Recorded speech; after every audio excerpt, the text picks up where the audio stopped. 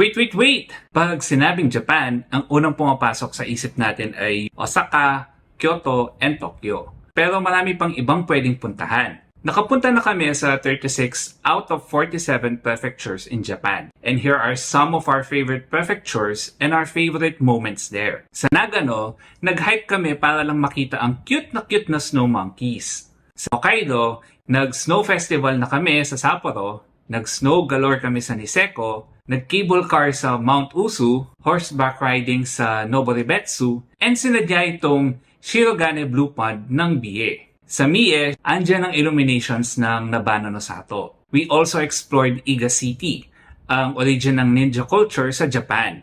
Yung buong city, ninja team. Then nakipag-cosplay kami with the Diving Lola or Ama Divers. Sa Tokushima, memorable ang Oboke boat cruise namin and ang pag-ikot dito sa yokai or ghost village nila. Sa Kochi, pinuntahan namin ang isa sa 12 original castles ng Japan and nagpakabusog dito sa sobrang sarap na Katsuo no Tataki.